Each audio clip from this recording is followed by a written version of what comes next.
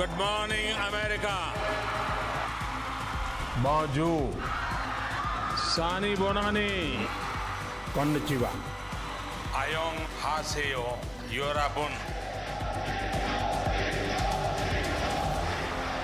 भारत माता की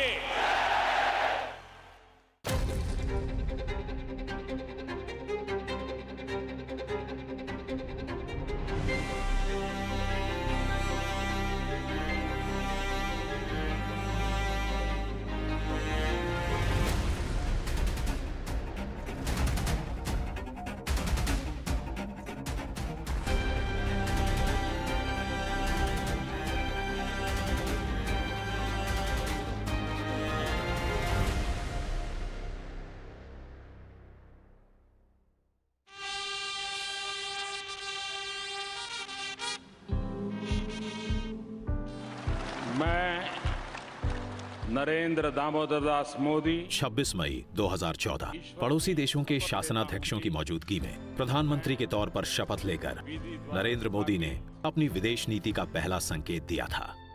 जल्द ही जब उनके पहले विदेश दौरे की घोषणा हुई तो संकेत और साफ हो गया। मोदी विदेश नीति के मामले में नया मंत्र दे रहे थे, पड़ोसी पहले, नेबर्स फर्स्ट। 15 जून 2014 नरेंद्र मोदी भूटान के पारो एयरपोर्ट पहुंचे। पारो से राजधानी थिम्पू की यात्रा सड़क मार्ग से तय की। रास्ते भर युवाओं, महिलाओं, बुजुर्गों से मिलते जुलते। मैंने पहली बार देखा कि भारत के प्रधानमंत्री गाड़ी रोककर सब लोगों से मिल रहे हैं। ये हमारे लिए एक नया एक्सपीरियंस था। इसी तरह जब वो काठमांडू गए, हजारों से लोग रोड पर ठहरे हुए थे और प्रधानमंत्री कई बार रोककर बाहर निकले और उनकी सिक्योरिटी के लोग तो बहुत ही परेशान थे। मैं तब भी मौजूद था जब वो पहली बार श्रीलंका गए।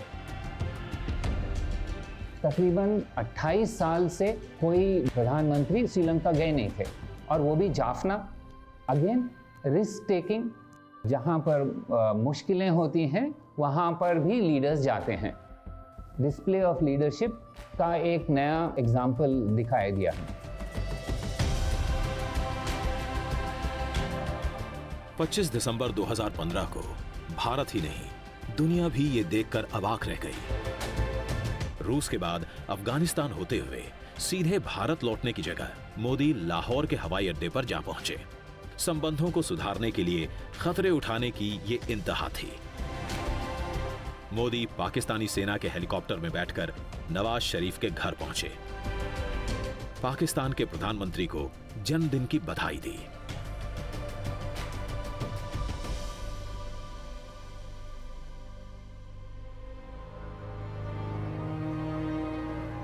लेकिन पाकिस्तान अपनी हरकतों से बाज नहीं आया। उरी के बाद पुलवामा की घटना को अंजाम दिया।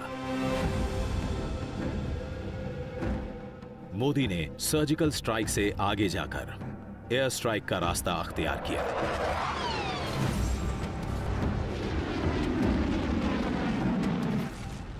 परिणाम गंभीर हो सकते थे, सामरिक तौर पर भी, कूटनीतिक तौर पर भी।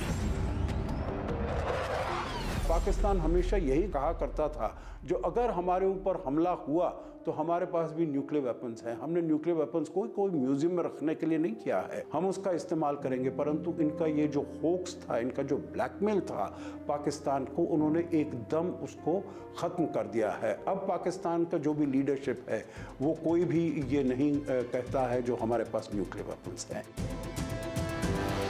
मोदी ने सोच समझकर यह फैसला लिया था। ये एक एप्रोप्रिएट रिस्पॉन्स है, ये इंटरनेशनल लॉ के अंडर एडमिसिबल है। तो इसलिए ना वो बात उठी सिक्योरिटी काउंसिल और यूएन में, ना इसके बारे में किसी ने उठाया। दे प्रूव्ड कि it was a successful diplomatic response. Pakistan के साथ मोदी ने जैसी नरमी और सख्ती दिखाई, वैसा ही चीन के मामले में भी रहा। चीन के साथ संबंध सुधारने और सीमा विवाद हल करने के लिए मोदी ने अपने गृह राज्य गुजरात में चीन के राष्ट्रपति शी जिनपिंग का स्वागत किया। पर चीन कहां बदलने वाला था। डोकलाम से लेकर लद्दाख तक भारत के मिजाज को परखने की कोशिश की। सीमा पर तनाव पैदा कर, घुसपैठ की कोशिश कर।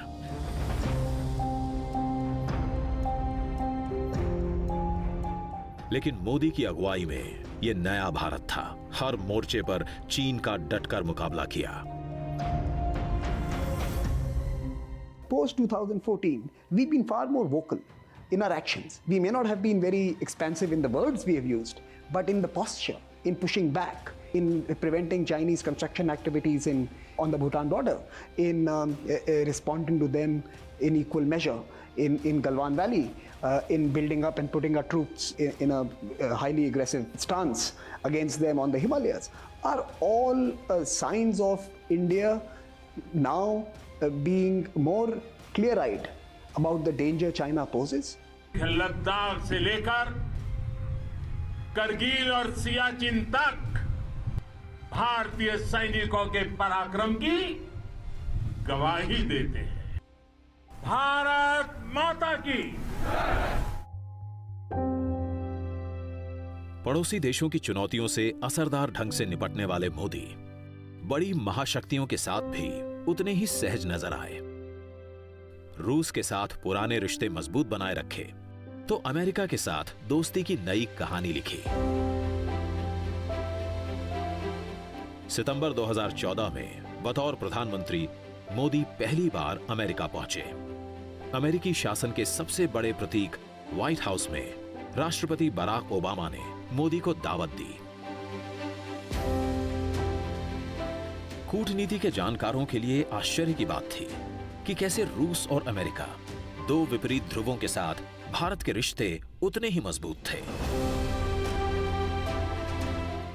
एक ही उनमें डबल टॉक नहीं है। जो एक जगह कहते हैं वो दूसरी जगह भी वही कहते हैं, तो फिर कॉन्ट्रडिक्शन मैनेज करने में उसमें खुद आसानी हो जाती है। वो जो बात करते हैं वो हर वक्त हमारे नेशनल इंटरेस्ट के हिसाब से चलते हैं और वो दूसरे लोग समझते हैं कि आप कहीं ज्ञान देने नहीं आ रहे, आप माने जो भी आप बात कर रहे हैं सीधी सीधी बात कर रहे हैं। तो मैं कहूँगा एक बार वो अप्रोच हो जाए तो कॉन्ट्रडिक्शन में कभी प्रॉब्लम नहीं होती। पश्चिम एशिया के मामले में भी मोदी भारत के हितों की रक्षा करने में कामयाब रहे।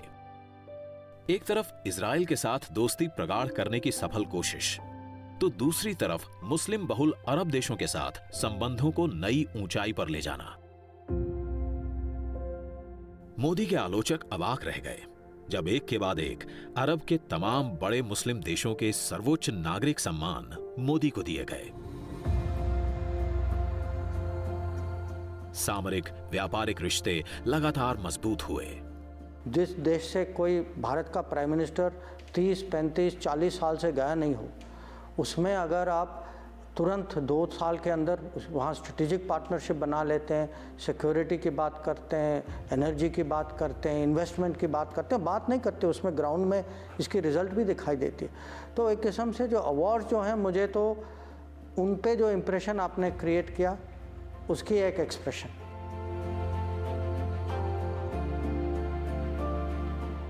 भारत की सामरिक आर्थिक जरूरतों के हिसाब से द्विपक्षीय संबंध मजबूत करने में लगे मोदी अंतर्राष्ट्रीय मंचों पर भी कई प्रमुख मुद्दों पर अगुवाई लेते दिखे।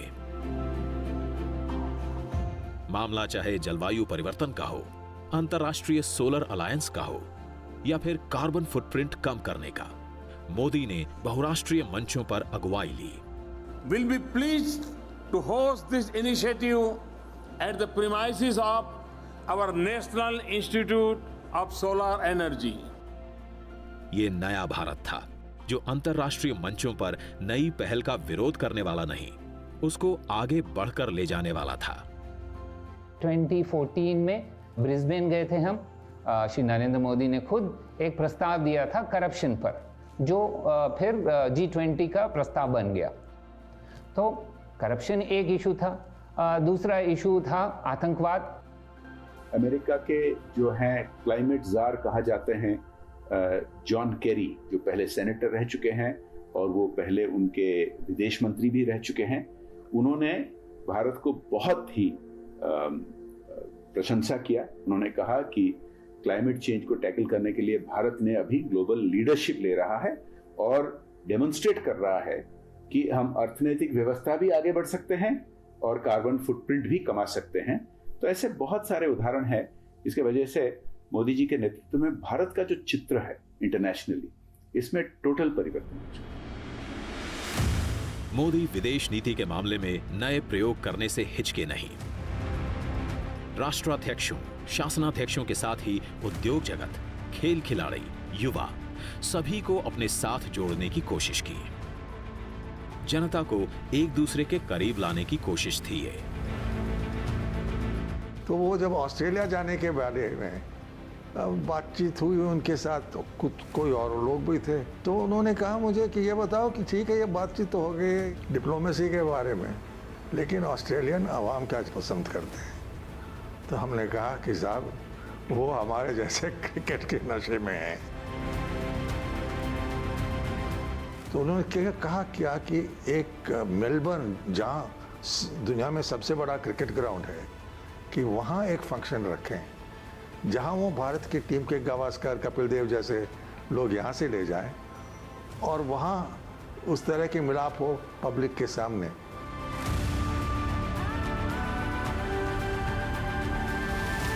उससे मुझे ये समझ आया कि ये पब्लिक क्या सोचेगी, चाहे वो देश में हो या विदेश में हो, इस पर बहुत दिलचस्पी लेते हैं।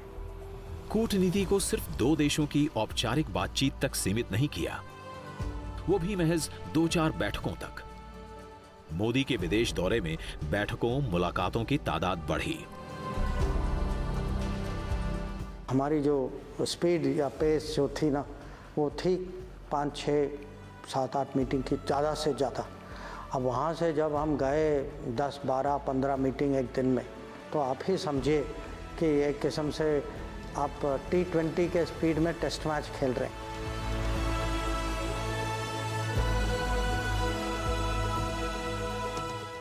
क्योंकि ये एक टाइम नहीं है, ये लगातार चलता रहता है।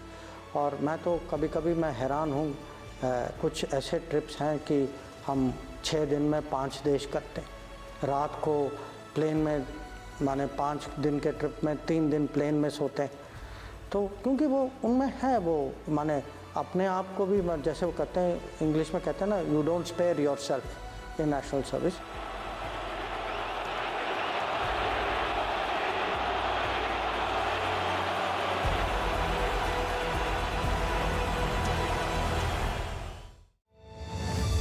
मोदी अंतर्राष्ट्रीय मंच पर तेजी से अपनी जगह मजबूत कर रहे थे, वैश्विक लोकप्रियता बटोर रहे थे।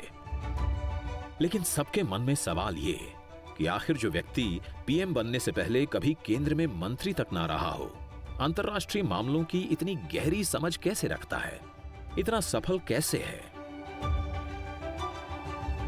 उन्होंने एक बार मुझे कहा, मैं अमेरिका घूम चुका हूं, पर मैंने ग्रेहाउंड बस में किया है, हम लोग प्लेन या रेलगाड़ी में करते थे। तो बहुत उनकी ट्रैवल्स आप देखिए, जगह जगह गए। कहीं वो कभी अब साउथ अमेरिका की बात करते हैं तो उसकी वो कहते हैं हाँ, जब मैं उस साल जब मैं गया था।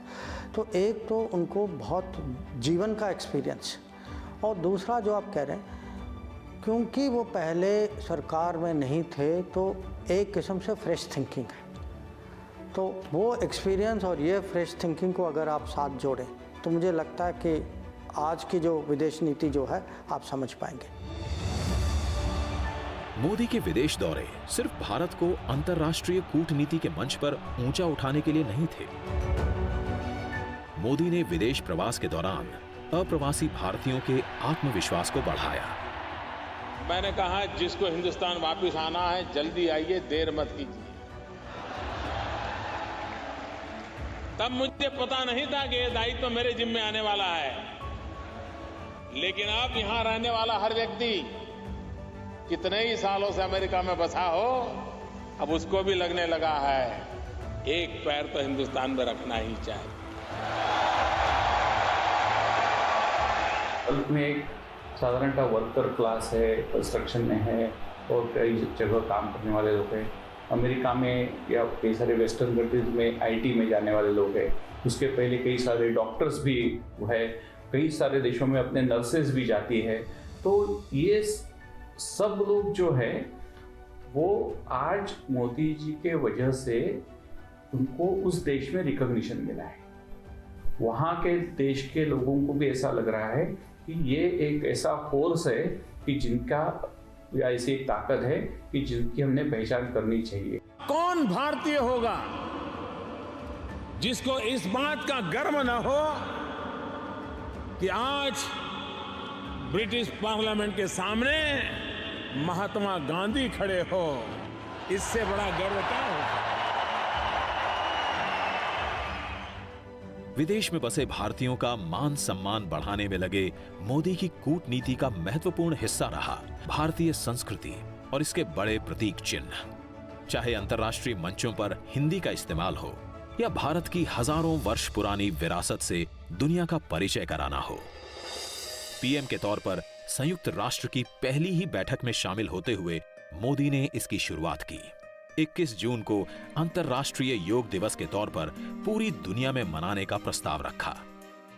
योग हमारी पुरातन पारंपरिक अमूल्य देन है। आइए हम एक अंतर्राष्ट्रीय योग दिवस को आरंभ करने की दिशा में कार्य करें। रिकॉर्ड समय में मोदी का यह प्रस्ताव मान लिया गया। पूरी दुनिया में योग को औपचारिक मान्यता मिल गई। दुनिया जो है भारत को जानना चाहती है। दुनिया समझती है कि हमारी एक पर्सनालिटी है, हमारी एक कल्चर है, ट्रेडिशन है, सिविलाइजेशन है। तो भारत का प्राइम मिनिस्टर जो है उसको वर्ल्ड स्टेज में अगर ये एक्सप्रेस ना करें तो फिर बात नहीं बनती हम। तो मैं कहूँगा जो भाषा से ज़्यादा वो टोटल पैकेज जो है, जिस तरीके से वो अपने आप को कैरी करते हैं, जैसे वो दुनिया के ग्लोबल एजेंडा पे उनका प्रभाव होता है। जैसे आपने देखा पेरिस में क्या हुआ। आपत्ति को अवसर में बदलना प्रधानमंत्री मोदी को भली भांति आता है। मोदी को यह मौका कोविड के विश्वव्यापी प्रकोप ने दिया। भारत को इस संकट से निकालने में लगे मोदी ने वैश्विक मंच पर भारत की वसुधैव कुटुंबकम की सोच को व्यावहारिक तौर पर पूरी ताकत से सामने रखा। चाहे दुनिया के ज्यादातर देशों को दवा की सप्लाई करनी हो या वेंटिलेटर्स की या फिर टीके की, मोदी ने भारत के दरवाजे सबके लिए खोल दिए। वैक्सीन मैत्री मिशन के तहत दुनिया के तमाम देशों को कोविड से बचाव करने वाले टीकों की सप्लाई की। We know that it will be a long time before the entire humanity can be vaccinated. And so, we will continue to share our experiences, our expertise, and also our resources with the entire humanity in the fight against the pandemic. प्रतिदिन हम जितने टीका लगाते हैं, बहुत सारे देश हैं जो उनका टोटल टीकाकरण उतना ना हो। इसकी वजह से एक भारत की भी चित्र बदलने लगी है। और जो हमने मदद किया अन्य देशों को, ये सुन के बहुत लोग आश्चर्य होते हैं कि हम 80 से 90 देशों को हमने मदद किया। या तो उनको दवाई भेजा या पीपीई किट भेजा या रिलीफ मटेरियल भेजा या टीका वैक्सीन हमने भेजे।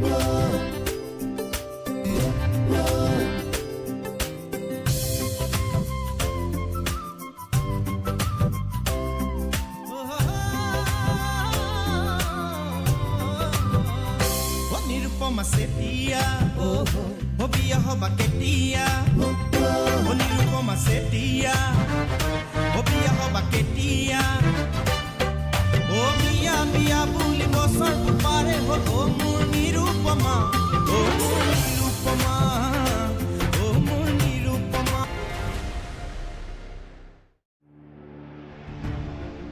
दुनिया जब चीन से फैले कोविड के भयावह दौर से गुजर रही थी, चीन अपने विस्तारवादी एजेंडा को आगे बढ़ाने में लगा था।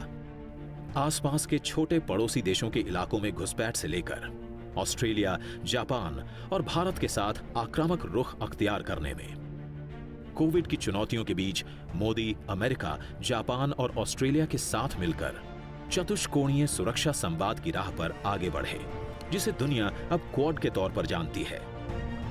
और चीन इससे सबसे अधिक बौखलाया हुआ। लेकिन ये सिर्फ चीन के सामने साझा मोर्चा नहीं, बल्कि उससे भी आगे विकास की राह पर साझा ढंग से आगे बढ़ने की कोशिश है। प्रधानमंत्री मोदी ने कहा है पूरी दुनिया की बेहतरी के लिए ये एक इनिशिएटिव है, ये एक इंस्ट्रूमेंट है।